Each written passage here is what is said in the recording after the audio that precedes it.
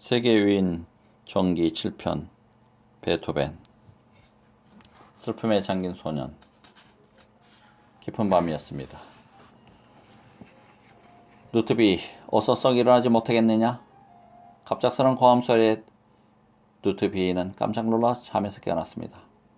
술에 잔뜩 취해 집으로 돌아온 아버지가 화난 얼굴로 루트비를 노려보고 있었습니다. 지금 몇 시인데 벌써 잠을 자고 있는 거야? 어서 피아노 앞에 앉거라. 아버지. 루트비는 졸린 눈을 비비며 일어나 피아노 앞으로 갔습니다. 여보, 루트비는 아직 어린 아이예요. 피아노 연습도 좋지만 그러다가 병이라도 나면. 어머니가 말렸지만 아버지는 막무가내였습니다. 시끄럽소. 훌륭한 음악가이 되려면 편한 연습을 해야 하오. 루트비는 쏟아지는 잠을 쫓으며 피아노를 쳤습니다. 그러나 졸린 졸음 때문에 무뎌진 손가락은 자꾸 건반을 헙 짚었습니다. 그만 정신을 어디다 팔고 있는 거야. 처음부터 다시 쳐봐. 아버지는 꾸벅꾸벅 조는 루트비를 깨워가며 밤새도록 피아노 연습을 시켰습니다. 먼동이 흡벽에 터올 무렵에야 아버지는 잠이 들었습니다. 가엾은 것, 이제 그만 자거라. 밤새 잠 한 잠 못 자고 루트비 곁을 서성이던 어머니가 건반 위에 엎드려 오는 루트비를 안아 일으켰습니다. 아버지를 원망하지 말거라. 아버지는 다 너를 훌륭한 음악가로 키우려고 그러시는 거란다. 어머니는 밤새도록 피아노를 쳐서 발갛게 부풀어 오른 루트비의 손가락을 가만가만 주물러 주었습니다. 어머니의 손은 몹시 거칠었습니다. 늘 술에 취해 지내는 아버지 대신 집안 살림을 꾸려 나가느라 온갖 허들의 일을 마다하지 않았기 때문입니다. 루트비는 자기가 울면 어머니가 더욱 가슴 아파할 것이라는 생각이 들었습니다. 어머니, 너무 걱정 마세요. 어머니를 위해서라도 저는 꼭 훌륭한 음악가가 될 거예요. 루트비는 얼른 눈물을 닦으며 애써 밝은 표정을 지었습니다. 그래, 너는 반드시 훌륭한 음악가가 될 거야. 어머니는 눈물을 글썽이며 루트비를 와라 깨어났습니다. 아버지의 성화에 못 이겨 밤새도록 피아노 건반을 두드리던 이 아이가 바로 뒷날 교향곡, 운명과 합창 등 수많은 아름다운 작품을 작곡하여 음악의 성인으로 불리는 루트비 판 베토벤입니다. 어린 음악가 루트비 판 베토벤은 1770년 12월 16일 독일의 나인 강가에 있는 작은 도시 본에서 궁정악단의 가수인 요한 베토벤의 세 아들 가운데 맞이로 태어났습니다. 루트비의 집안은 음악가 집안이었습니다. 할아버지는 본 궁정악단의 가수로 악단의 가장 높은 자리인 악장까지 지낸 사람이었습니다. 성품도 어질고 성실해서 사람들의 존경을 한몸에 받았습니다. 아버지 요한도 뛰어난 가수였습니다. 그러나 성격이 거칠고 게을러서 음악 공부를 하지 않고 늘 술에 취해 지냈습니다. 루트비가 태어났을 때 아버지와 어머니는 세상에서 가장 귀한 보물을 얻은 양 무척 기뻐했습니다. 특히 할아버지의 기쁨은 말로 다 할 수가 없었습니다. 이 아이를 훌륭한 음악가로 키워야지. 할아버지는 사랑스러운 손자에게 자기와 똑같은 이름을 지어 주었습니다. 어린 루트비도 자기를 키워해주는 할아버지를 잘 따르렀습니다. 그러나 할아버지는 루트비가 3살 때 그만 세상을 떠나고 말았습니다. 루트비네 집에는 종종 아버지와 함께 궁정 악단에서 일하는 아저씨들이 찾아오곤 했습니다. 그때마다 자연스레 작은 음악회가 열렸습니다. 루트비는 여러 가지 음악을 연주하며 노래하는 아저씨들을 신기한 듯 쳐다보곤 했습니다. 루트비가 4살 되던 해 어느 날이었습니다. 그날도 루트비네 집에는 조촐한 음악회가 열렸습니다. 자, 이제 요한 자네 차례일세. 한 아저씨가 루트비 아버지에게 노래를 청했습니다. 그럼 이번엔 내가 한번 불러볼까? 아버지는 목청을 가다듬고 노래를 불렀습니다. 아름다운 나인강은 내 가슴에 흐르네. 노래가 끝나자 사람들은 모두 손뼉을 치며 즐거워했습니다. 그때였습니다. 조금 전 아버지가 부른 노래와 똑같은 곡조의 피아노가 들려왔습니다. 지금 누가 피아노를 치는 거지? 사람들은 모두 어리둥절해하며 소리나는 곳을 바라보았습니다. 어린 누트비가 고사리 같은 손으로 피아노 건반을 두들고 있었습니다. 아니, 누트비이잖아. 누트비는 피아노를 배운 적이 없는데? 사람들은 모두 깜짝 놀랐습니다. 누트비에게 천재 음악의 피가 흐르고 있는 게 틀림없어. 아버지가 기쁨에 들떠 소리치자 사람들은 모두 고개를 끄덕였습니다. 그래, 잘 키우면 모차르트보다 더 뛰어난 음악가가 될지도 몰라. 모차르트는 누티보다 14살이 많은 오스트리아의 천재 음악가였습니다. 모차르트는 이미 6살부터 음악 활동을 시작해 온 유럽에 널리 이름이 알려져 있었습니다. 누트비는 어른들의 말뜻을 아는지 모르는지 초롱초롱한 눈으로 어른들을 바라보며 방긋 웃었습니다. 그날부터 아버지는 어린 누트비에게 매일같이 견디기 힘들 만큼 고된 피아노 연습을 시켰습니다. 그 때문에 누트비는 여느 아이들처럼 마음껏 뛰노는 것은 생각조차 할 수 없었습니다. 누트비는 음악을 무척 좋아했습니다. 하지만 친구들과 놀 틈도 없이 피아노를 치고 싶지는 않았습니다. 이렇게 억지로 피아노를 치기는 싫어. 그러나 아버지는 날마다 누트비를 피아노 앞에 붙들어 놓았습니다. 어쩌다 잠시 틈이 나면 누트비는 다락방에 올라가 멀리 나인강을 바라보곤 했습니다. 잔잔히 흐르는 강물을 보고 있노라면 누트비는 자기도 모르게 가슴이 벅차올랐습니다. 저 아름다운 나인강의 모습을 음악으로 표현할 수 있다면 얼마나 좋을까. 새들의 노래소리와 푸른 숲의 속삭임 같은 걸 피아노로 치면 참 아름다울 텐데. 이따금 누트비는 이런 생각이 잠겨 고사리 같은 손으로 피아노 건반을 두드려 보기도 했습니다. 아름다운 소리를 찾아서. 누트비의 피아노 솜씨는 날이 갈수록 늘어갔습니다. 누트비가 8살 되던 해 아버지는 첫 연주를 준비했습니다. 이제 내 재능을 마음껏 자랑할 때가 왔다. 연주를 열어 사람들을 깜짝 놀라게 해주자. 누트비는 아버지의 말을 듣고 눈이 희둥그레졌습니다. 벌써요? 벌써라니. 모차르트는 6살 때 피아노를 열었다. 내 실력이면 충분히 해낼 수 있어. 그래야 누트비는 첫 연주를 열었습니다. 그러나 아버지의 기대와 달리 사람들의 반응은 그다지 신통치 않았습니다. 곧잘 하는데? 그래, 어린아이의 연주치고는 훌륭해. 하지만 이 연주회로 누트비는 제법 이름이 알려졌습니다. 그러자 귀족들이 너도나도 연주를 청해왔습니다. 누트비는 어머니와 함께 귀족들의 집을 드나들며 피아노를 연주했습니다. 어린아이가 피아노를 아주 잘 치는구나. 수고했다. 이건 연주한 대가다. 누트비가 연주를 마치면 귀족들은 몇 푼 안 되는 돈을 쥐어주며 생색을 내곤 했습니다. 저 사람들은 음악을 진정으로 사라 하는 게 아니야. 단지 나를 신기한 장난급 보듯 할 뿐이야. 이런 연주는 정말 하고 싶지 않아. 누트비는 귀족들 앞에서 연주를 하고 돈을 받는 것이 무척 싫었습니다. 하지만 어려운 집안의 형편을 생각하고 꾹 참았습니다. 그러던 어느 날이었습니다. 그날도 누트비는 어느 귀족의 집에서 연주를 하고 저녁 무렵에 어머니와 함께 집으로 돌아왔습니다. 문을 열자 눈이 개슴츠레해진 아버지가 술 냄새를 풍기며 말했습니다. 오, 누트비, 술값이 모자라던 참에 마침 잘 들어왔다. 자, 오늘 받아 온 돈을 이리다오. 하지만 아버지, 어머니께서 이 돈으로 빵을 사야 한다고 하셨어요. 뭐? 너 이제 이 아비를 무시하는 거냐? 아버지는 누트비를 노려보며 버럭 소리를 질렀습니다. 누트비는 치미는 화를 더 이상 참을 수 없었습니다. 누트비는 마룻바닥에 돈을 팽개치고 집 밖으로 뛰어나갔습니다. 눈물이 뺨을 타고 흘러내렸습니다. 집을 뛰쳐나온 누트비는 어두운 거리를 정처 없이 걸었습니다. 누트비의 마음은 한없이 무겁고 슬펐습니다. 그때 어디서 은은히 파이프 오르간 소리가 들려왔습니다. 그 소리는 누트비의 슬픈 마음을 따뜻하게 어루만져 주었습니다. 세상에 이렇게 아름다운 소리가 또 있을까. 누트비는 자기도 모르게 소리 나는 곳으로 다가갔습니다. 이윽고 누트비는 담장이 덩쿨이 늘어진 성당 담 밑에서 발길을 멈췄습니다. 오르간 소리는 담 너머에서 들려오고 있었습니다. 하늘에서 천사들이 내려와 부드러운 옷깃으로 나를 감싸주는 것 같아. 누트비는 조심조심 성당 안으로 들어갔습니다. 몸집이 큰 노인이 문을 등지고 앉아 파이프 오르간을 연주하고 있었습니다. 누트비는 오르간 소리에 이끌려 한 발 한 발 노인 곁으로 다가갔습니다.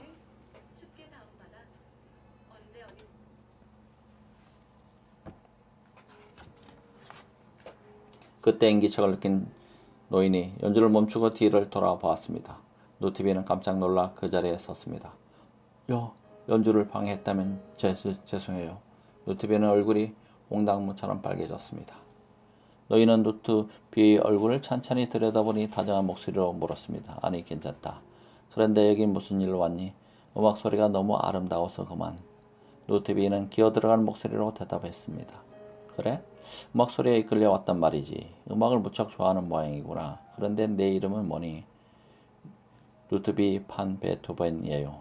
오, 내가 바로 루트비로구나. 노인은 눈을 크게 뜨며 반가워했습니다. 내 이름은 에덴이다. 내 할아버지와 친구였지. 에덴은 루트비의 할아버지가 살아있을 때부터 궁정 악단의 파이프 오르간 연주자로 있었습니다. 너 혹시 파이프 오르간을 배우고 싶지 않니? 너만 좋다면 내가 가르쳐주마. 루트비는 뜻밖의 말을 듣고 뛸 듯이 기뻤습니다. 정말이세요, 할아버지? 그럼 정말이고 말고 내일부터 당장 성당으로 나오거라. 루트비는 다음날부터 궁정 성당을 드나들며 파이프 오르간을 배웠습니다. 첫 월급. 루트비가 11살 되던 해 에덴 할아버지는 궁전 악단 일을 그만두었습니다. 그리고 네페라는 젊은 음악가가 에덴 할아버지의 후임자로 왔습니다. 네페는 음악뿐만 아니라 문학과 철학도 폭넓게 공부해 교양이 풍부한 사람이었습니다. 루트비의 재능을 한눈에 알아본 네페는 스스로 루트비를 가르치겠다고 나섰습니다. 네페는 루트비에게 작곡법과 여러가지 음악 이론을 가르쳐 주었습니다. 그리고 다른 음악가들의 음악도 소개해 주었습니다. 훌륭한 음악가가 되려면 음악뿐만 아니라 다른 것도 많이 알아야 한다. 네페는 루트비에게 문학책과 철학책도 두루 읽게 했습니다. 네페의 가르침을 받으며 루트비는 차츰 음악가로서의 틀을 갖추어 갔습니다. 루트비가 12살 되던 해의 일이었습니다. 어느 날 성당에서 파이프 오르간 연습을 하던 루트비에게 네페가 뜻밖의 말을 했습니다. 루트비, 나는 며칠 뒤 연주 여행을 떠나야 한다. 내가 없는 동안 내가 궁정 성당의 파이프 오르간을 연주하거라 할 수 있겠지? 루트비는 깜짝 놀랐습니다. 궁정 성당의 파이프 오르간은 에덴이나 네페처럼 실력 있는 음악가가 아니면 연주할 수 없었기 때문입니다. 어떻게 제가 그것을? 아니다. 내 실력이면 충분히 해낼 수 있다. 힘껏 해보겠습니다, 선생님. 루트비는 네페가 없는 동안 그동안 갈고 닦은 실력을 마음껏 발휘했습니다. 루트비의 연주를 듣고 사람들은 입을 모아 칭찬했습니다. 12살 난 아이가 파이프 오르간을 저렇게 훌륭하게 연주하다니. 그러게 말이야. 네페에 못지않은데? 그 뒤로 루트비는 네페를 대신해서 자주 파이프 오르간을 연주했습니다. 그리하여 1784년 연주 솜씨를 인정받은 루트비는 14살의 어린 나이로 궁정 악단의 정식 파이프 오르간 연주가 되었습니다. 그리고 많지는 않았지만 궁정에서 주는 월급도 받았습니다. 첫 월급을 받은 날 루트비는 기쁨에 들떠 집으로 달려갔습니다. 어머니, 제가 월급을 받았어요. 그러나 방문을 여는 순간 루트비는 그 자리에 우뚝 멈춰 서고 말았습니다. 어머니가 심하게 기침을 하고 있었기 때문입니다. 오래전부터 알아온 폐병이 그 무렵 더욱 심해졌던 것입니다. 불쌍한 우리 어머니. 루트비는 가슴이 미어지는 듯 했습니다. 오냐, 저 정말로 장하구나. 콜록콜록. 어머니는 참으려 해도 자꾸만 터져나오는 기침 때문에 몹시 괴로워했습니다. 어머니 조금만 참으세요. 제가 돈을 많이 벌어 좋은 약을 사다 드릴게요. 루트비는 짐짓 밝은 표정을 지으며 명랑하게 말했습니다. 그래, 말만 들어도 벌써 병이 다 난 것 같구나. 어머니는 어린 나이에 집안 살림까지 걱정해야 하는 루트비가 가엾어 눈물을 글썽였습니다. 루트비도 목이 메어 더 이상 아무 말도 하지 못했습니다.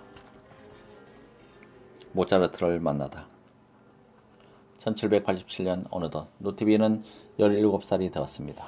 루트비는 온갖 어려움 속에서도 열심히 음악 공부를 했습니다. 루트비의 실력은 갈수록 늘어 이제 본에서 루트비를 가르칠 사람이 없을 정도였습니다. 그러던 어느 날 본을 다스리는 프란츠 공작이 루트비를 불렀습니다. 루트비, 오스트리아의 비누로 가서 모차르트를 만나 보고 싶지 않나? 가겠다면 내가 휴가를 주겠네. 네, 공장님, 정말 고맙습니다. 모차르트 선생님은 제가 가장 존경하는 음악가입니다. 오래전부터 그분에게 가르침을 받고 싶었습니다. 누트비는 뛸듯이 기뻐서 한달음에 집으로 달려왔습니다. 그러나 앓고 있는 어머니를 보는 순간 누트비는 빈으로 떠날 용기가 없어졌습니다. 내가 따르면 어머니는 누가 보살펴드리지? 누트비는 한참 동안 망설이다 마침내 어머니에게 빈으로 떠나게 되었다는 말을 꺼냈습니다. 그러자 어머니는 매우 기뻐하며 말했습니다. 누트비, 내 걱정은 말고 어서 빈으로 떠날 채비를 하거라. 내가 많은 것을 배워 훌륭한 음악가가 되기만 한다면 나는 더 이상 바랄 게 없다. 어머니는 애써 아픈 것을 감추며 활짝 웃었습니다. 며칠 뒤 누트비는 설레는 가슴을 안고 빈으로 가는 마차에 올랐습니다. 빈에 도착한 누트비는 싸구려 여건방에 방을 정한 뒤 곧 모차르트를 찾아갔습니다. 비록 차림새는 초라했지만 누트비의 두 눈은 희망에 불타고 있었습니다. 그러나 당시 최고의 음악가인 모차르트는 누트비에게 그다지 관심을 보이지 않았습니다. 미안하네만 워낙 바빠서 자네를 가르칠 틈이 없네. 선생님의 제자가 되기 위해 본에서 여기까지 달려왔습니다. 제발 저에게 기회를 주십시오. 누트비는 매달리다시피 사정을 했습니다. 그러자 모차르트는 마지못해 누트비의 청을 들어 주었습니다. 그렇다면 즉흥곡을 한 곡 쳐보게. 즉흥곡이란 머릿속에서 떠오르는 대로 자유롭게 치는 곡을 말합니다. 누트비는 피아노 앞에 앉아 숨을 크게 들이쉬었습니다. 존경하는 모차르트에게 자신의 연주 솜씨를 보여준다고 생각하니 가슴이 두근거렸습니다. 누트비는 정성껏 피아노를 연주했습니다. 그러나 연주를 다 듣고 난 모차르트는 그다지 신통치 않다는 표정을 지었습니다. 수고했네. 하지만 그 정도로는 안 되겠는걸. 누트비는 크게 실망했습니다. 하지만 그대로 물러설 수는 없었습니다. 한 번만 더 기회를 주십시오. 선생님께서 간단한 가락만 쳐주면 제가 변주곡을 만들어 보겠습니다. 변주곡이란 주어진 가락에 변화를 주어 연주하는 곡을 말합니다. 좋아, 그러면 한 번만 더 해보게. 모차르트는 오페라 피가로의 결혼 가운데 한 소절을 쳐주었습니다. 누트비는 눈을 지그시 감고 연주를 시작했습니다. 조금씩 가락을 변화시켜 가던 누트비는 이윽고 자신이 붙은 듯 힘차게 건반을 두드리기 시작했습니다. 때로는 빠르게, 때로는 느리게 물결이 치듯 연주하는 베토벤의 손은 마치 신들린 것 같았습니다. 덤덤하게 듣고 있던 모차르트의 표정이 사뭇 달라지기 시작했습니다. 모차르트의 얼굴에는 놀라는 빛이 뚜렷했습니다. 오, 정말 훌륭해.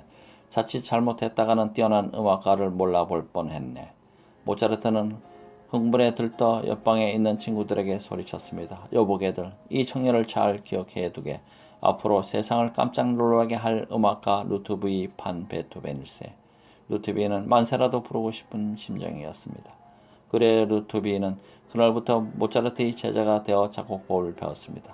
루트비는 물을 만난 고기처럼 생기 넘치는 하루하루를 보냈습니다. 어머니의 죽음. 루트비가 빈에 온 지 한 달쯤 지날 때였습니다. 고향 본에서 편지 한 통이 날아왔습니다. 아버지가 보낸 것이었습니다. 편지를 뜯어본 누트비는 깜짝 놀랐습니다. 어머니가 위독하시니 빨리 돌아오너라. 많은 하늘의 날벼락과도 같은 소식이었습니다. 오 하나님. 누트비는 서둘러 본으로 가는 마차에 올랐습니다. 누트비가 집에 들어서자마자 어머니는 핏기가 가신 할숙한 얼굴로 희미하게 웃어 보였습니다. 누트비, 모차르트 선생은 만나보았니? 네 어머니. 누트비는 목이 메었습니다. 어머니는 그동안 몰라보게 야유어 뼈만 앙상하게 남아있었습니다. 누트비는 나뭇가지처럼 바싹 마른 어머니 손에 얼굴을 묻고 뜨거운 눈물을 흘렸습니다. 누트비는 잠시도 어머니 곁을 떠나지 않고 정성껏 간호했습니다. 그러나 며칠 뒤 어머니는 끝내 세상을 떠나고 말았습니다. 꼭 성공을 해서 편히 모시려고 했는데 누트비는 어머니를 잃은 슬픔을 하염없이 눈물로 흘렸습니다. 어머니가 돌아가신 뒤로 아버지는 예전보다 더 술을 많이 마셨습니다. 게다가 마음을 붙일 데가 없는 동생들은 밖으로만 나돌며 말썽을 피우기 일쑤였습니다. 누트비는 다시 궁정 악단 일을 하면서 엉망이 된 집안 살림을 이끌어 나갔습니다. 그 무렵 누트비는 베겔러라는 친구의 소개로 이름난 귀족인 브로우닝 집안의 아이들에게 피아노를 가르치게 되었습니다. 브로우닝 집안은 본에서도 손꼽히는 훌륭한 귀족 집안이었습니다. 특히 브로닝 부인은 음악 외에도 문학, 역사 등 여러 방면으로 많은 지식을 갖춘 교양이 있는 사람이었습니다. 브로닝 부인은 어머니를 잃고 외로워하는 누트비인을 친아들처럼 자상하게 돌봐 주었습니다. 누트비인은 브라우닝 집안의 포근하고 아늑한 분위기 속에서 차츰 마음의 안정을 되찾아 갔습니다. 그렇게 세월이 흘러서 어느덧 누트비는 20살이 되었습니다. 어느 날 프란츠 공작이 누트비를 불렀습니다. 프란츠 공작의 방에는 유명한 성악가 하이든이 와 있었습니다. 하이든은 교향곡의 아버지라 불리는 오스트리아의 음악가로 많은 사람들이 존경을 받고 있었습니다. 프란츠 공작은 하이든에게 누트비를 소개했습니다. 하이든 선생님, 이 젊은이가 바로 누트비 판 베토벤입니다. 자네가 바로 베토벤이구는. 하이든이 반갑게 손을 내밀었습니다. 그러자 프란츠 공작이 함께 활짝 웃으며 말했습니다. 여보게 루트이, 하이든 선생을 위해 한번 연주하지 않겠나. 누트비는 부끄러워 잠시 망설였습니다. 그러나 어쩌면 좋은 기회가 될 것도 같았습니다. 누트비는 용기를 내어 자신이 작곡한 피아노 곡을 연주했습니다. 연주가 끝나자 하이든은 누트비의 손을 덥석 잡으며 말했습니다. 아주 훌륭해. 언제 빈으로 한번 오지 않겠나. 날 찾아오면 음악을 더 깊이 있게 가르쳐 주겠네. 그게 정말이십니까? 누트비는 하이든의 말을 듣고 몹시 기뻤습니다. 그러나 선뜻 빈으로 가겠다고 대답할 수가 없었습니다. 학비를 마련할 길이 막연했기 때문입니다. 하지만 누트비가 머뭇거리자 프란츠 공작이 빙그레 웃으며 말했습니다. 자네가 하이든 선생에게 음악을 배우겠다면 내가 학비를 대주겠네. 네? 누트비는 자기 길을 의심했습니다. 자네는 우리 본의 자랑일세. 열심히 공부해서 본의 명예를 빛내주게. 고맙습니다, 공자님. 누트비는 너무 기쁜 나머지 자기도 모르게 프란츠 공작의 손을 덥석 잡았습니다. 프란츠 공작의 은혜를 또 다시 잊게 된 것입니다. 반드시 훌륭한 음악가가 되어 은혜에 보답하리라. 누트비는 마음속으로 굳게 다짐했습니다. 새로운 세계로 1792년 11월 22살의 의젓한 청년이 된 누트비 판 베토벤은 부푼 가슴을 안고 빈으로 갔습니다. 그러나 빈에 도착한 지 한 달도 채 못 되어 고향에서 슬픈 소식이 날아왔습니다. 아버지가 세상을 떠났다는 것이었습니다. 아, 아버지마저 비록 늘 술에 친한 시의 집안을 돌보지 않았지만 아버지는 베토벤을 음악의 세계로 이끌어준 분이었습니다. 베토벤은 아버지가 돌아가시는 자리를 지켜 드리지 못한 것이 몸내 가슴이 아팠습니다. 그러나 슬픔에만 빠져 있을 수는 없었습니다. 돌아가신 아버지를 생각해서라도 훌륭한 음악가가 되어야 해. 베토벤은 다시 힘을 내어 음악 공부에 매달렸습니다. 그 무렵 빈에는 훌륭한 음악가들이 많이 살고 있었습니다. 베토벤은 하이든을 비롯해 살리에르, 에블레이리, 베르거 같은 이름난 음악가들을 찾아다니며 열심히 음악 공부를 했습니다. 하지만 안타깝게도 베토벤은 그토록 존경하던 모차르트는 이미 한 해 전에 세상을 떠나 다시 만날 수가 없었습니다. 베토벤은 훌륭한 음악가들에게 음악을 배우기는 했지만 절대로 스승을 그대로 본뜨려 하지는 않았습니다. 나는 나만의 음악 세계를 개척해야 한다. 어느 누구도 흉내낼 수 없는 나만의 새로운 음악을. 베토벤은 차츰 자기만의 독특한 음악 세계를 만들어갔습니다. 그런데 베토벤이 한창 음악 공부에 열중하던 1794년 뜻하지 않은 일이 일어났습니다. 고향 본에 프랑스 군대가 쳐들어와서 프란츠 공작을 쫓아내는 바람에 학비가 끊기고 만 것입니다. 하지만 베토벤은 실망하지 않고 마음을 단단히 먹었습니다. 음악가로 성공하기 전에는 절대로 고향으로 돌아가지 않겠다. 베토벤은 귀족들의 집을 드나들며 피아노를 연주하거나 가르쳐서 학비를 벌었습니다. 그러던 어느 날이었습니다. 리히로프스키 공작이 베토벤을 찾아왔습니다. 음악을 매우 좋아하는 리히로프스키 공작은 재능 있는 음악가들을 집으로 초청하여 자주 연주를 열었습니다. 그러는 동안 리히로프스키 공작은 베토벤의 어려운 형편을 알고 여러모로 도와주었습니다. 베토벤 씨, 우리 집에 와서 나와 함께 지내는 것이 어떻겠소? 정말 고맙습니다, 공장님. 베토벤은 리히로프스키 공작의 호의를 깊은 마음으로 받아들였습니다. 리히로프스키 공작은 베토벤에게 크고 화려한 방 하나를 내어주었습니다. 베토벤은 모처럼 편안한 마음으로 음악 공부에 열중했습니다. 1795년 봄 베토벤은 니노프스키 공작의 도움을 받아 비엔의 브루크 공장에서 연주회를 열었습니다. 베토벤은 이 연주회를 위해 특별히 준비한 피아노 협주곡 제2번을 연주했습니다. 베토벤의 연주는 매우 독특하고 아름다웠습니다. 때로는 폭풍처럼 거센가하면 때로는 고요한 바다처럼 잔잔했습니다. 때로는 몹시 슬픈 가락이, 때로는 맑고 명랑한 가락이 끊어질 듯 이어졌습니다. 사람은 모두 숨을 죽이고 베토벤의 연주에 귀를 기울였습니다. 연주가 끝나자 사람들은 극장이 떠나갈 때 박수를 쳤습니다. 연주회는 대성공이었습니다. 베토벤의 음악은 지금까지 한 번도 들어본 적이 없는 새롭고도 아름다운 음악이다. 사람들은 입을 모아 베토벤의 음악을 칭찬했습니다. 베토벤의 이름은 삽시간에 온 유럽에 알려졌습니다. 곧 유럽 여러 나라에서 아타토가 베토벤을 초청했습니다. 그래여 이듬해 베토벤은 니노프스키 공작과 함께 연주여행을 떠났습니다. 프라하, 드레스덴, 라이프치히, 베를린. 베토벤은 가는 곳마다 큰 성공을 거두었습니다. 베토벤은 훌륭한 음악가야. 어느 누구도 베토벤의 음악을 흉내낼 수는 없을 거야. 이제 베토벤의 이름 앞에는 학문이나 예술에 아주 뛰어난 사람들에게 붙여주는 마이스터란 칭호가 따라 붙었습니다. 소리가 안 들려. 베토벤은 잇따른 연주회와 작곡 발표회로 눈코 뜰 새 없이 바쁜 날을 보냈습니다. 가는 곳마다 사람들은 베토벤에게 열렬한 환호와 찬사를 보냈습니다. 돌아가신 아버지와 어머니께서 이 모습을 보면 얼마나 기뻐하실까. 이제 어둡고 우울하던 날들은 가고 희망찬 미래만이 베토벤의 앞길에 펼쳐진 듯 했습니다. 그러나 모처럼 다가온 행복과 영광을 시샘이라도 하듯 곧 엄청난 시련이 닥쳐왔습니다. 베토벤은 26살 되던 1796년 어느 날 밤이었습니다. 여느 때처럼 작곡에 몰두해 있던 베토벤은 갑자기 머리를 흔들었습니다. 귓속이 멍해지면서 욱신거리더니 한동안 소리가 들리지 않는 것이었습니다. 귀가 왜 이러지?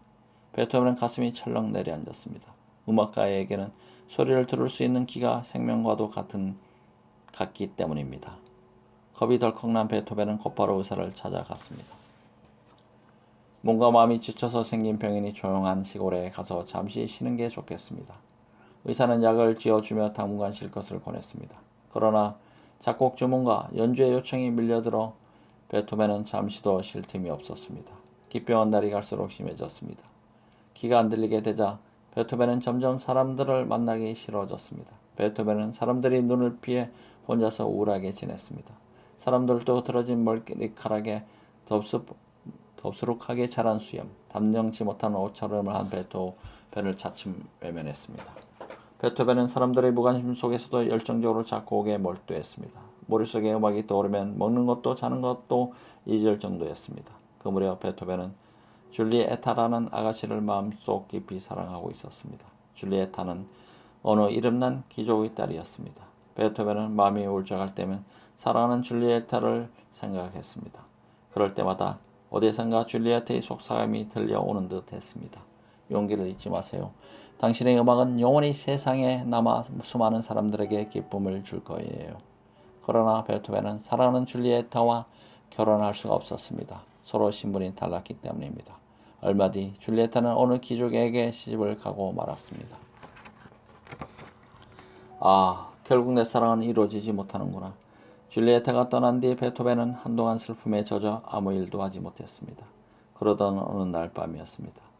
줄리에타를 그리워하며 방 안을 서성이던 베토벤은 방 안 가득 쏟아져 들어온 달빛을 보고 그 자리에 멈추어 섰습니다. 줄리에타, 저 달빛을 보니 지금 당신이 내 곁에 있는 것 같은 느낌이 드는구려. 베토벤은 문득 마음이 차분히 가라앉는 것을 느끼며 피아노 앞에 앉았습니다. 그리고 머릿속에 떠오르는 음악을 연주하기 시작했습니다. 곧 달빛처럼 부드럽고 황홀한 피아노 소리가 방 안 가득 울려 퍼졌습니다. 베토벤의 줄리에타를 그리하며 작곡한 이 음악이 바로 그 유명한 월광곡입니다. 사랑한 사람을 잃은 슬픔 때문인지 베토벤의 기병은 더욱 심해졌습니다.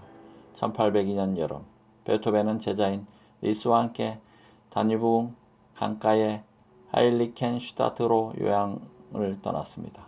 그곳은 울창한 숲과 깊은 계곡, 맑은 시내가 있는 아름답고 조용한 시골이었습니다.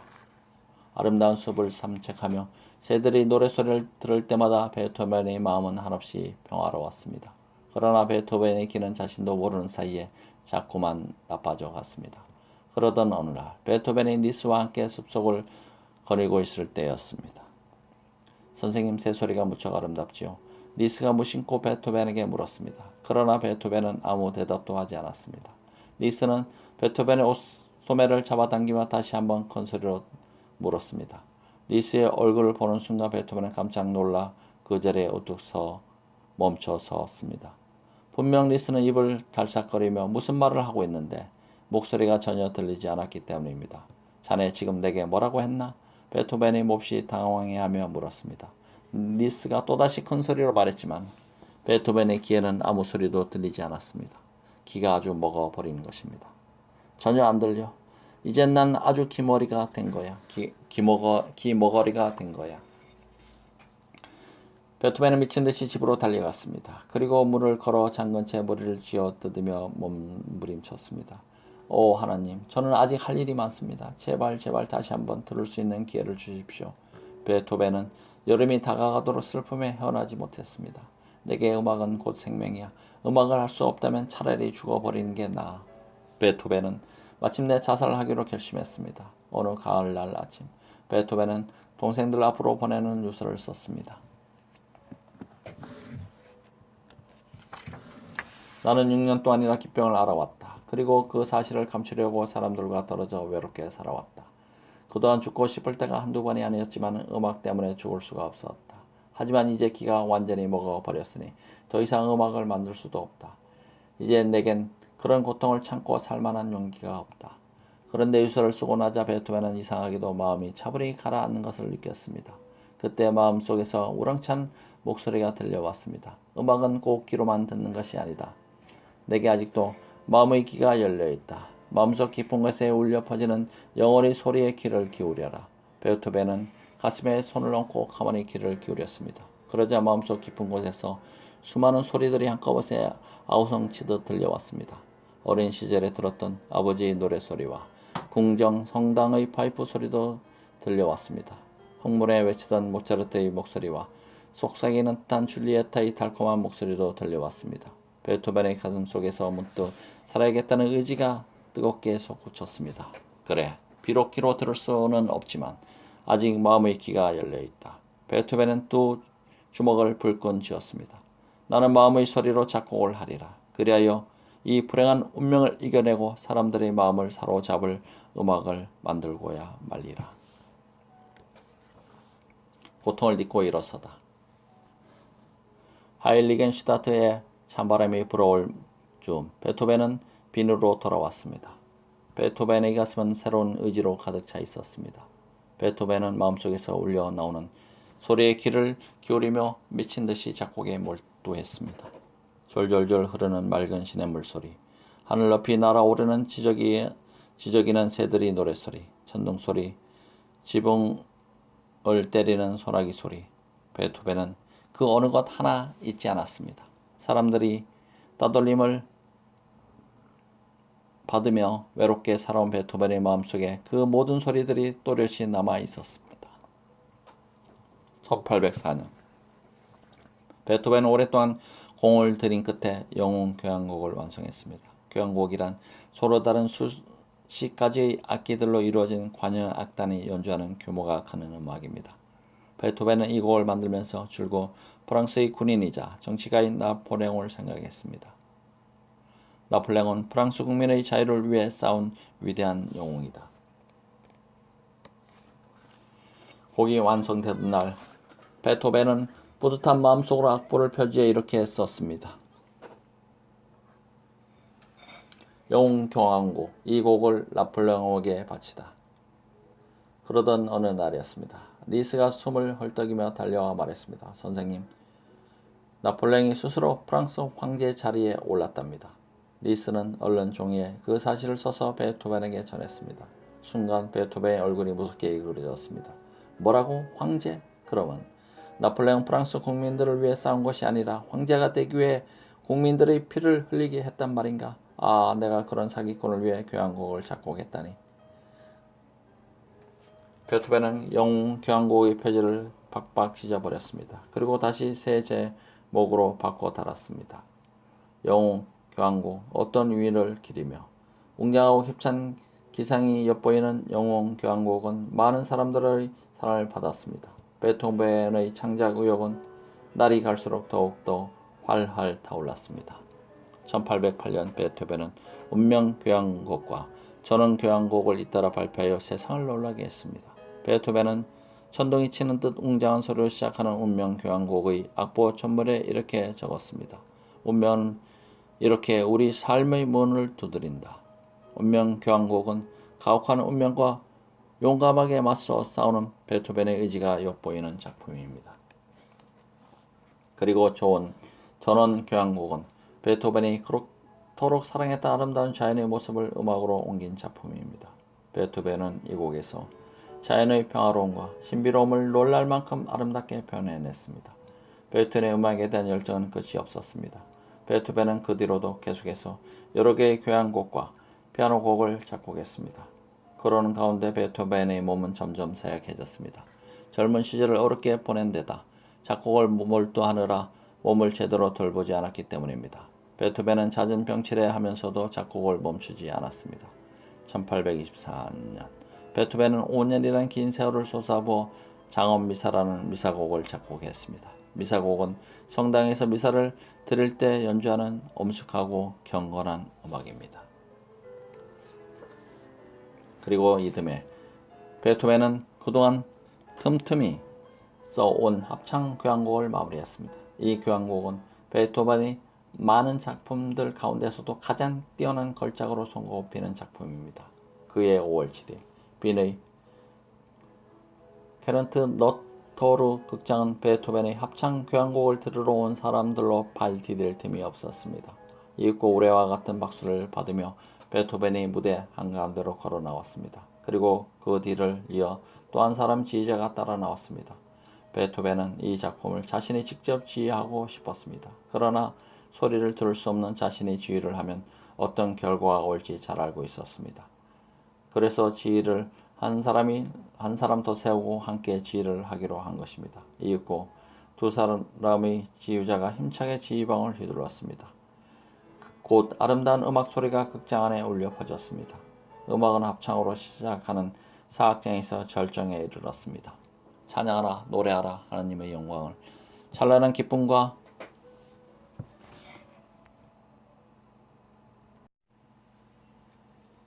찬양하라 노래하라 하나님의 영광을 찬란한 기쁨과 영광 순결함이 넘쳐 흐르는 합창은 전궁들을 불길 같은 감동 속으로 몰아넣었습니다.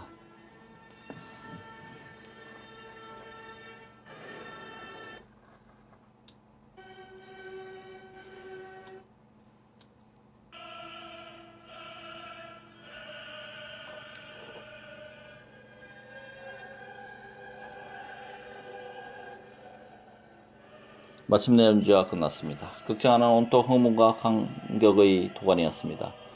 글줄 줄을 모르는 박수와 함께 눈물 흘리는 사람, 발을 구르며 베토벤의 이름을 외치드는 사람들로 극장은 떠나갈 듯 했습니다. 사람들은 모두 자리에서 일어나 5차례나 우레와 같은 박수를 보냈습니다. 그러나 베토벤에게는 극장을 뒤흔드는 박수 소리가 들리지 않았습니다. 베토벤은 피로한 듯 악보 위에 손을 얹은 채 멍하니 서 있기만 했습니다. 그러자 이 모습을 보다 못한 합창단원 한 사람이 달려와 베토벤을 돌려 세웠습니다. 베토벤은 열광하는 사람들의 모습을 보며 감격에 겨워 가슴이 벅차올랐습니다. 베토벤의 주름진 두 볼을 타고 뜨거운 눈물이 흘러내렸습니다. 씁쓸한 최후 1826년 겨울 잦은 병체레로 몸이 쇠약해질 대로 쇠약해진 베토벤은 결국 쓰러지고 말았습니다. 몇 차례 수술을 받아보았지만 병은 좀처럼 나아지지 않았습니다. 베토벤은 조금씩 죽어가고 있었습니다. 1827년 3월 26일 마침내 운명의 날이 닥쳐왔습니다. 베토벤은 침대에 누운 채 퀭한 눈으로 창밖을 바라보았습니다. 맑은 하늘에 구름이 몇 점 떠가고 있었습니다. 베토벤은 가만히 지난 날들을 떠올려 보았습니다. 가난하고 외로웠던 시절의 음악은 늘 베토벤을 위로해 주었습니다. 그리고 운명과 맞서 싸울 수 있는 용기도 주었습니다. 베토벤은 이제 자기가 만든 음악들이 세상 사람들에게 커다란 위안을 주리라는 사실을 믿어 의심치 않았습니다. 베토벤의 얼굴에는 희미한 미소가 어렸습니다. 베토벤은 즐겁거나 괴로웠던 순간들을 함께했던 사람들의 얼굴을 떠올렸습니다. 아버지와 어머니, 가르침을 주었던 스승들, 그리고 사랑했던 줄리에타, 많은 사람들이 떠올랐다가는 희미하게 사라져갔습니다. 그와 함께 베토벤의 의식도 사그라졌습니다. 그 뒤 몇 시간 동안 베토벤은 혼수 상태에 빠져 있었습니다. 그런데 그날 오후 맑기만 하던 하늘에 갑자기 먹구름이 몰려왔습니다. 오르는 쾅쾅. 곧 요란한 청둥 소리와 함께 번개가 어두운 하늘을 가르더니 장대 같은 비가 쏟아져 내리기 시작했습니다. 한 줄기 푸른 번개빛이 어둠을 가르며 베토벤의 얼굴을 비추었습니다. 그 순간 의식을 잃고 깊은 잠에 빠져있던 베토벤이 벌떡 몸을 일으켰습니다. 그러더니 지혜병을 움켜쥐듯 오른손을 힘차게 치켜들고 두 눈을 부릅뜬 채 하늘을 노려보았습니다. 불행한 운명과 용감하게 맞서 싸워온 위대한 삶의 마지막 몸부림이었습니다. 곧이어 베토벤은 힘없이 팔을 떨어뜨리고 조용히 눈을 감았습니다. 파란만장했던 베토벤의 삶이 막을 내리는 순간이었습니다. 이때 베토벤의 나이 57살이었습니다. 가난과 불행 속에서도 오직 음악을 위해 평생을 바친 베토벤은 이렇게 세상을 떠났습니다. 그러나 베토벤이 남긴 아름다운 음악은 지금도 우리 곁에 남아 큰 감동을 안겨주고 있습니다. 베토벤이 살아온 길. 1770년 12월 16일 독일의 본에서 태어나다. 4살 때 피아노를 배우기 시작하여 8살 때 첫 연주회를 열었다. 에덴에게 파이프 오르간을 배우다. 11살 때 네페에게 작곡법과 음악 이론을 배우다. 12살 때 네페를 대신해서 궁정 성당의 파이프 오르간을 연주하다. 14살 때 궁정 악단의 파이프 오르간 연주자가 되었다. 17살 때 모차르트를 찾아가 가르침을 정하다가 어머니가 세상을 떠났다. 22살 때 하이든에게 작곡법을 배우다 아버지가 세상을 떠나다. 25살 때 브루크 극장에서 연주를 열어 이름을 떨쳤다. 26살 때 귀가 안 들리기 시작했다. 31살 때 올강곡을 작곡했다. 32살 때 하일리겐슈타트로 요양하다. 자살을 하기로 결심하고 동생에게 유서를 쓰다. 1802년 1804년 34살 때 영웅교향곡을 작곡했다. 1808년 38살 때 운명 전원교향곡을 작곡하다. 1823년 53세 때 장엄미사를 작곡했다. 1824년 54살 때 합창교향곡을 작곡했다. 빈의 케른트로토르 극장에서 합창교향곡을 작곡했다. 1827년 57의 나이로 3월 26일 세상을 떠났다. 베토벤에 대해서 알아봤습니다. 대단히 감사합니다.